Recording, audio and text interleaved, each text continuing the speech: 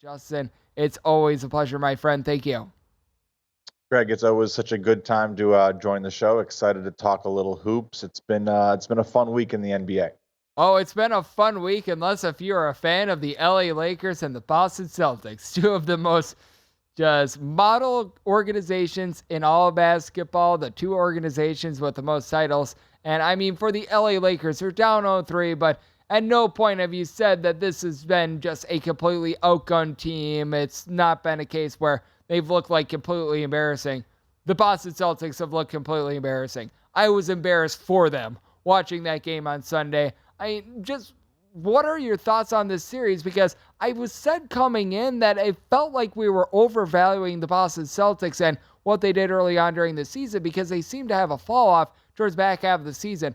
They should not be down at any point 33 to the Miami Heat, though. 63 points in 3 quarters tonight is just a little inexcusable. Look, I'm a Knicks fan, so I'm obviously super And I'm a excited Bucks about fan. this little bit of vindication for our franchise here. Not really looking as bad as it was. Got a little bit more done against this team, but going in, I think we needed to sit there and ask, like, what really was going to change from where we were with how these lines were closing for the Celtics and what their performances were looking like against the Heat. I mean, kudos to the Heat, though, just being able to figure out this Boston defense that just did not really look up to the task of like storming back. And the shot making has just been really kind of tough to watch for Boston. They definitely should have done better if their players played to their expected, kind of our thing over at shot quality. But, the thing is with basketball, you don't always play to your expected. And clearly, Boston has been underperforming for this entire series, in my opinion. Yep. I mean, the only thing that I can picture when you're rattling off those sentences is the gif of like the one blob with the stick saying, Yeah. do something, do something. That's exactly what I was picturing. Everyone looking at the Boston Celtics like, and it just hasn't come in general. And when it comes to gauging the Miami Heat, I know both you and I are big numbers guys when it comes to handicapping, and I've had to just completely throw everything that I saw from the Miami Heat during the regular season and honestly in the play-in tournament completely out the window. I don't know if you've had to do the same thing, but typically I do think that the regular season numbers, even if you see a few outlier games in a postseason, they still hold a lot of weight. For me, it means nothing at all. Yeah, it's definitely really difficult when you're approaching things like mathematically and you have priors and you want to be able to properly evaluate talent. Look, NBA is really starting to look like there's a pretty hard line between the postseason and the regular season, and the Heat are really like stepping up and showing that they can turn it on and be this team that has almost like an entirely different look and feel than what they do have in regular season play. And I think it's fascinating. It's really difficult to handicap for sure, but what we really want to look at is just the efficiencies we start to see within these teams immediately, like in their matchups, right? So like figuring out quickly that the Heat weren't just a fluke in terms of how they were breaking down Boston, breaking down the Knicks, or even breaking down the Bucks.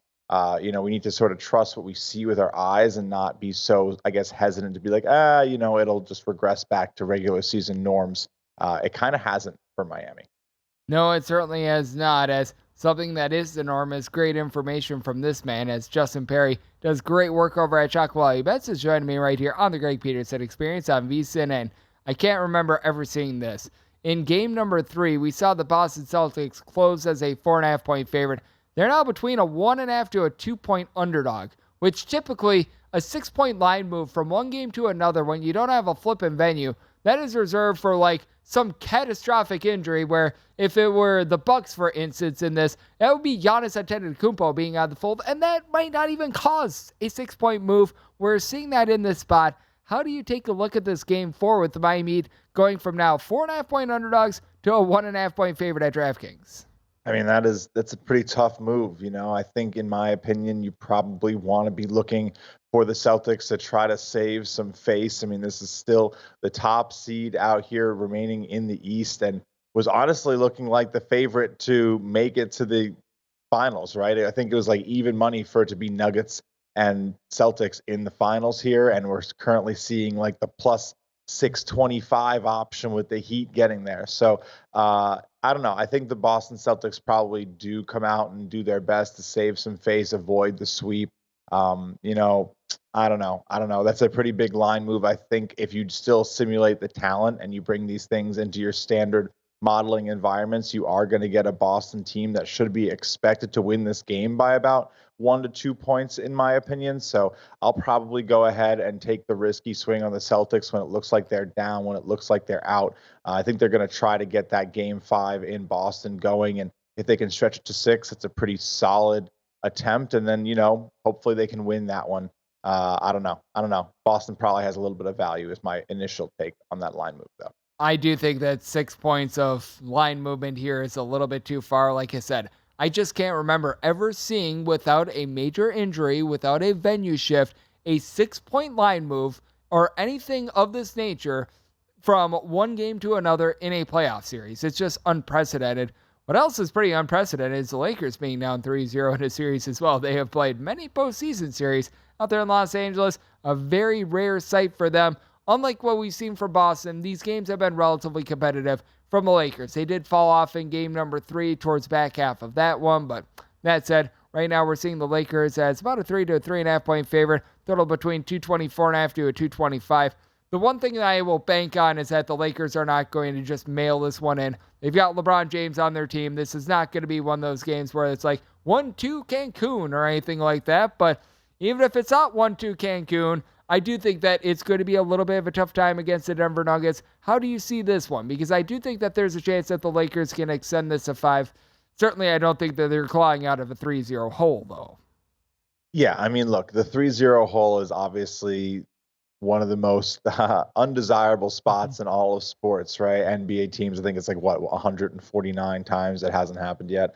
I would love to see it happen. I mean, it would make a great story, and everyone's like, oh, it has the script leak for LeBron. But, this is going to be a tough-fought road for the Lakers if they're going to even try to mount a comeback. Our projections actually like Denver to be the better team in every single scenario. So we've had them projected to win in all 4 games. So I don't know. I mean, looking at these games, we actually did think, based on the shots taken in game 3, that the Lakers should have had a much better shot to win it than maybe it looked. And I mean, that's kind of how that game felt, right? Like the Lakers really had a chance. It felt like they had a decent shot in both games in Denver, only expected to lose by a few possessions. That's nothing crazy in basketball, right? That's a few lucky swings. That's like a big stop and a bucket, or like, an offensive foul call changing a couple possessions, and it's a very different game.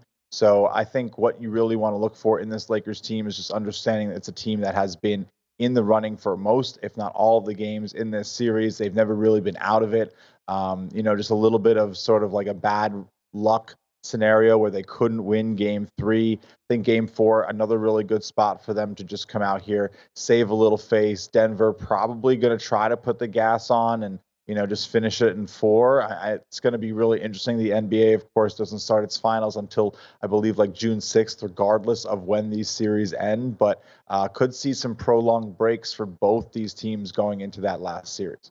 Which I do wish, by the way, that they would sort of have a little bit of flexibility with that as well, because there's a very good possibility that we might be buzzing about the NBA Finals for as long as we do the Super Bowl, which would be very, very strange, to say the least. They might need to do a nice little media day or something like that, but we've got about a minute remaining. Any sort of player props that you're going to be taking a look at in terms of game 4 between the Lakers and the Nuggets?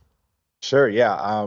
Shot Quality Bets, we just launched our new player prop model this month. Been trying it out in the NBA, of course, gearing up for some college stuff next season already. But for tomorrow's game, got a little bit of a risky one. I think that's where you really want to kind of pinpoint some value. Jamal Murray to stay under 26.5 points. He has been going crazy. I think our model sort of sees his usage as a little bit higher than expected.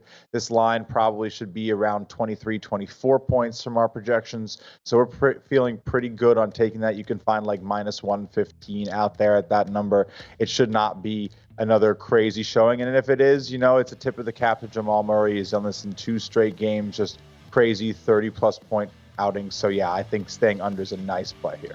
And I think we need to dive into that player prop model just a little bit more and then dive into some baseball as well next with Justin Perri of Shock Value Bets right here on the Greg Peterson Experience on VSiN, the Sports Betting Network. I know you were mentioning the player prop tool that you guys have been using over at Shock Value Bets. Take me through that a little bit and how you guys gauge it, because I know that you were talking about the Jamal Murray under. How much do you take into account sort of the expected matchups for them? Because a big thing in this series is that he has been completely lighting on fire D'Angelo Russell, a guy that we saw his usage be way down in game number 3. And I would have to expect that the Lakers are probably going to say, you know what, you've been doing a great job all year long, D'Angelo. Please do stay in your hotel room and or your home, since we are at home right now, because he has been a big giant liability for them, to say the least.